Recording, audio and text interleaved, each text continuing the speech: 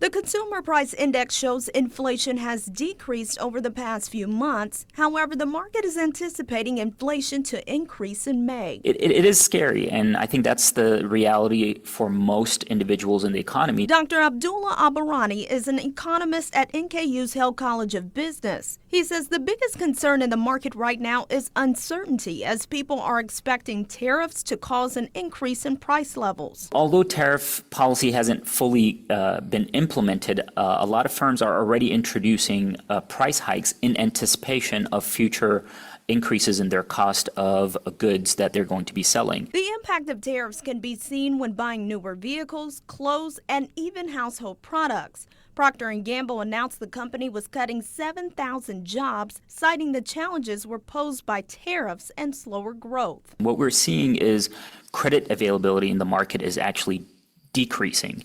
We're seeing income growth lag behind inflation rates.